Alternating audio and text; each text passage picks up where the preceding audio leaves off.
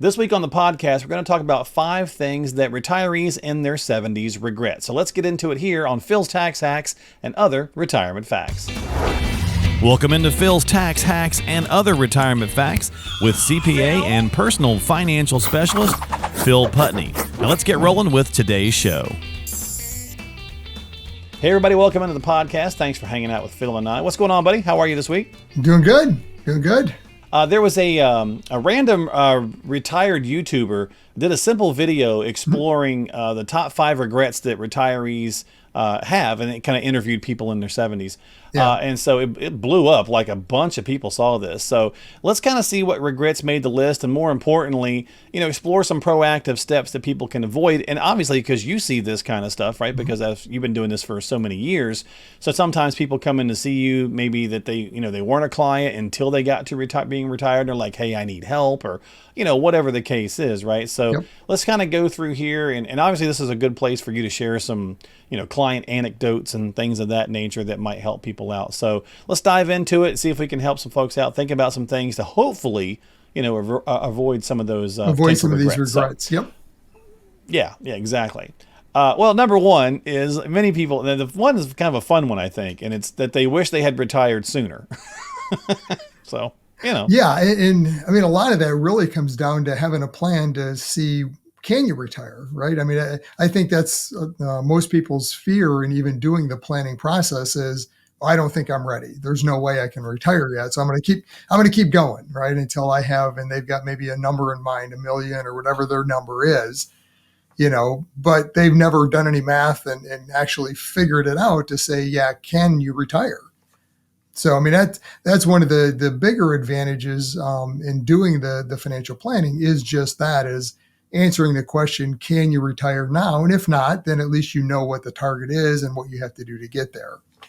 But yeah, and I think for a lot of people, right? I mean, early retirement is a wish list item, but to your point, they do feel like they can't afford to do it. Right. But once they actually get retired, especially if retirement's wonderful, which for many people, they're like really digging it. They're like, man, I should have done this sooner. Yeah. And if they found out that the money would have let them do it sooner, I mean, it's obviously like a lot of things in life. It's full of, it's regret time because you can't go backwards. So, find out, right? I mean, that's the moral. This is actually one of my favorite parts of the planning process is working with a client, and, especially if they can retire, letting them know, hey, you could retire right now if you wanted.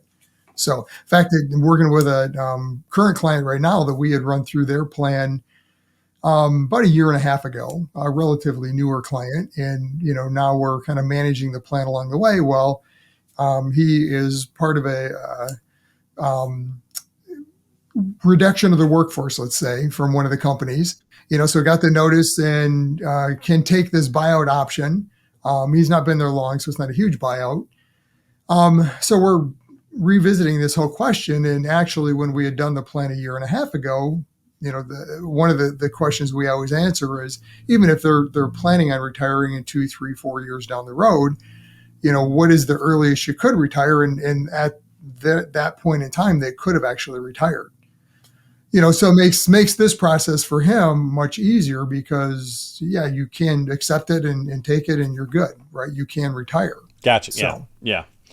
And that's the point of getting the math done and coming in and sitting down with somebody, is so that you can run the numbers and go, and I get it. We talked about it 1,000,000 times, Phil, but people sometimes go, I'm too scared to find out. I don't want to be told that I have to work till I die, kind of thing. So I'm gonna and so work they just until I think I'm ready, and then Yeah, and they just don't go find out. But often, I mean, more times than not always, right? It's not always a silver lining, but more times than not, people are in better shape than they realize. So you got to find out. That's why you got to go sit down. And that's why it's like the number one regret on here. So, all right, so let's do number 2.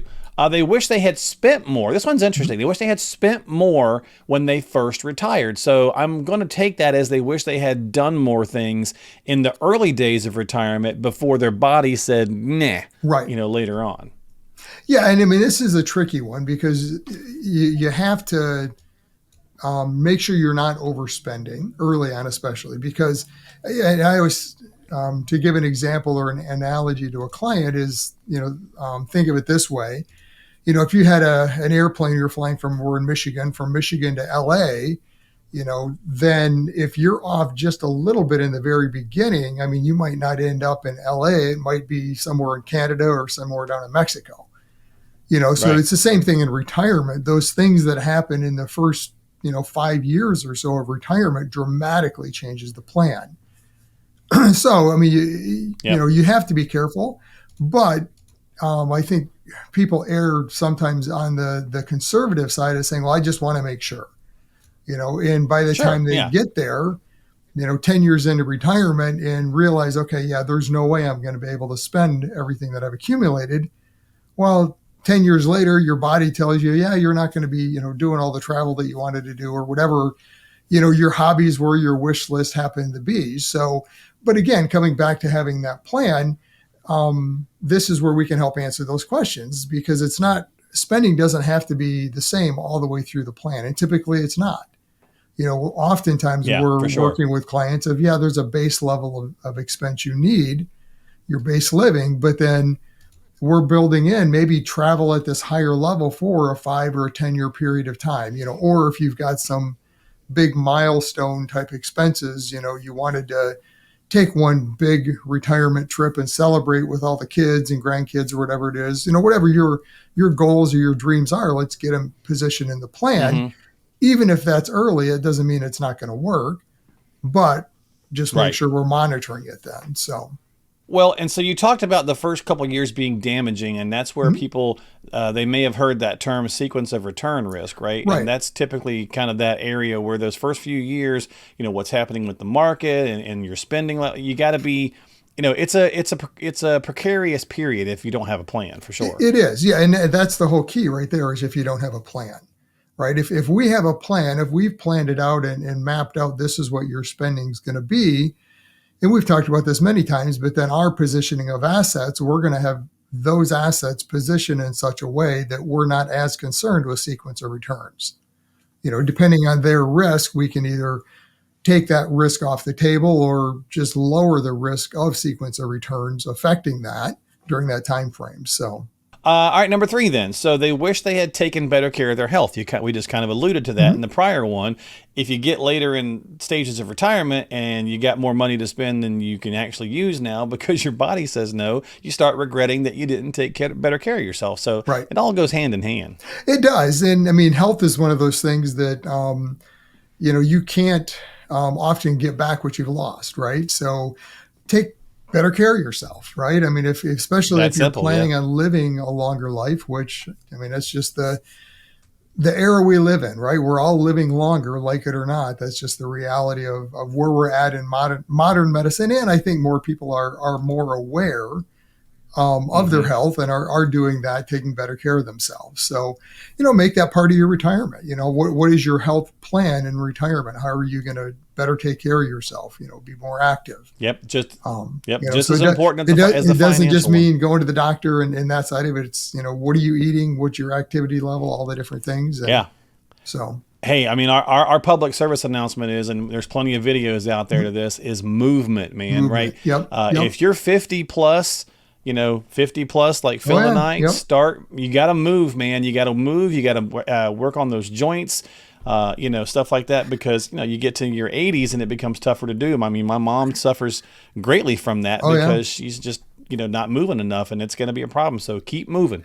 Yep. Yep. I'm talking to the man in the mirror because I have one of those more stationary type jobs. And, when I do the activities and whatever, and it's like, oh, wait a minute, oh, yeah, my joints are a little stiff. I need to get on some more routine of an activity to loosen those joints up and keep them loose because once you lose that mobility, it's hard to get it back if you get it back. So, Yeah, and it's costly if you can get it back a lot of yes. times. So, Yep. Yep. In so more than all one right. way. So, In more than one way, exactly. All right, number four, they wish they had taken up a hobby.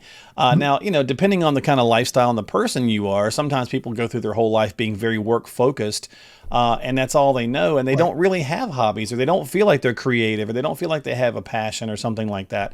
And then they get into retirement, and they kind of wish they really had, done something that they enjoyed when they were younger or whatever. So if there's Right. something out there, man, look for it. Yeah, I mean, I always say you've got to find something you're going to retire to, right? Everyone knows what they're retiring from, And it's funny because there's almost like two camps of people in this, right? You've got those that they hate their job, they can't wait for retirement. They've thought about this endlessly and they know exactly what they're going to do because that's the next step. There's the other group that, yeah, they don't hate their job. They love it. That, I don't, maybe not love it, but it's been fine and they've enjoyed it. Let's put it that way. They've enjoyed their career and, they're not really maybe ready to give up. And when do they retire? And they haven't really given a lot of thought to that next stage of what retirement is. So I think that's part of the challenge of pulling that trigger into retirement is, well, what am I going to do? Right. I mean, I'm working 40, 50 hours, whatever your job is a week. And that's all my focus and attention. And that's where I get my value, so to speak. What am I going to get it from? Right? You have to have something to retire to. You don't want to not have that focus of what, and it doesn't have to be one thing. It can be many things.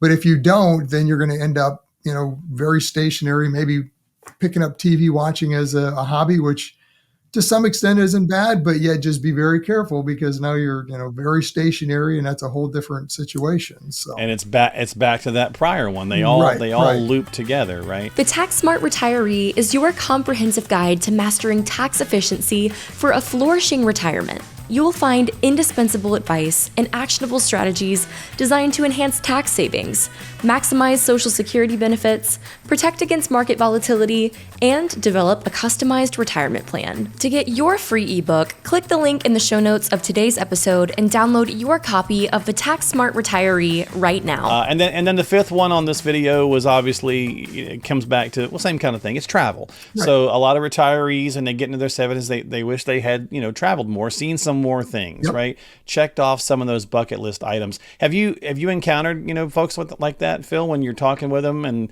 at some point they've come to you and they're like, man, I really wish we'd have done, traveled more or whatever?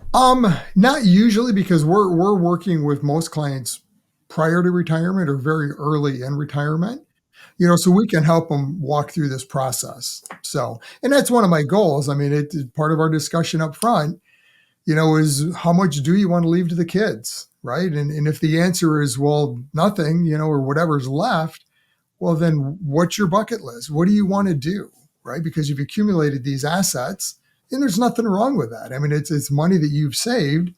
Maybe you've helped your kids get on the right path from their career. You've paid for college and, that stage up front, so now your goal isn't necessarily to leave a lot at the end, but have a plan to enjoy it. Because if you don't, just like our prior discussion, you're going to find yourself in your 70s, late 70s, early 80s with a lot of resources left and not a lot of energy and time left. And, at that point, you're going to have regrets maybe that, well, maybe we should have taken that cruise, or maybe we should have taken all the kids on this big family vacation that we always wanted to, or I don't know, whatever it is. But sure, it's better to think that. I should have bought the Corvette. Should have bought the Corvette. Should have bought the Corvette. While I could still get in and out of it. So. Right, exactly. So it's always something, right? So, again, it was pretty simple, video. Kudos to the gentleman for putting it out there. Yep.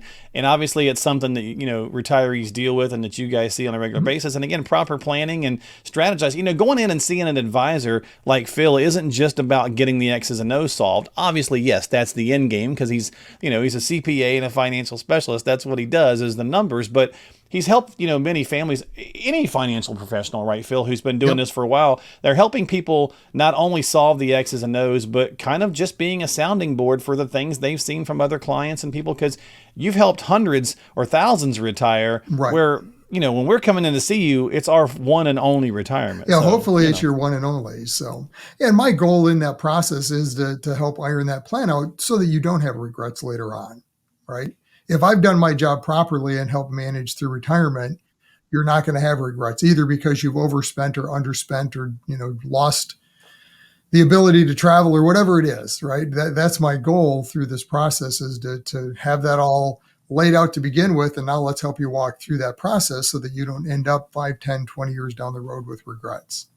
Exactly. So cut it off at the pass by getting a strategy and a plan together. Yep. And if you need some help, reach out to Phil. He's always here to help you. You can find us online at philstaxhacks.com. That's philstaxhacks.com. That's the podcasting website, but it'll take you back to Phil's main website. Don't forget to subscribe to us right here on YouTube. Hit the thumbs up and the notifications to catch future episodes. Check the show note descriptions for links and information and all that good stuff. And we'll see you next time here on Phil's Tax Hacks and other retirement facts. Phil? Investment advisory services offered through AFS Wealth Management. The content of this program is provided for informational purposes only and is not a solicitation or recommendation of any investment strategy. Investments and/or investment strategies involve risk, including the possible loss of principal. There is no assurance that any investment strategy will achieve its objectives.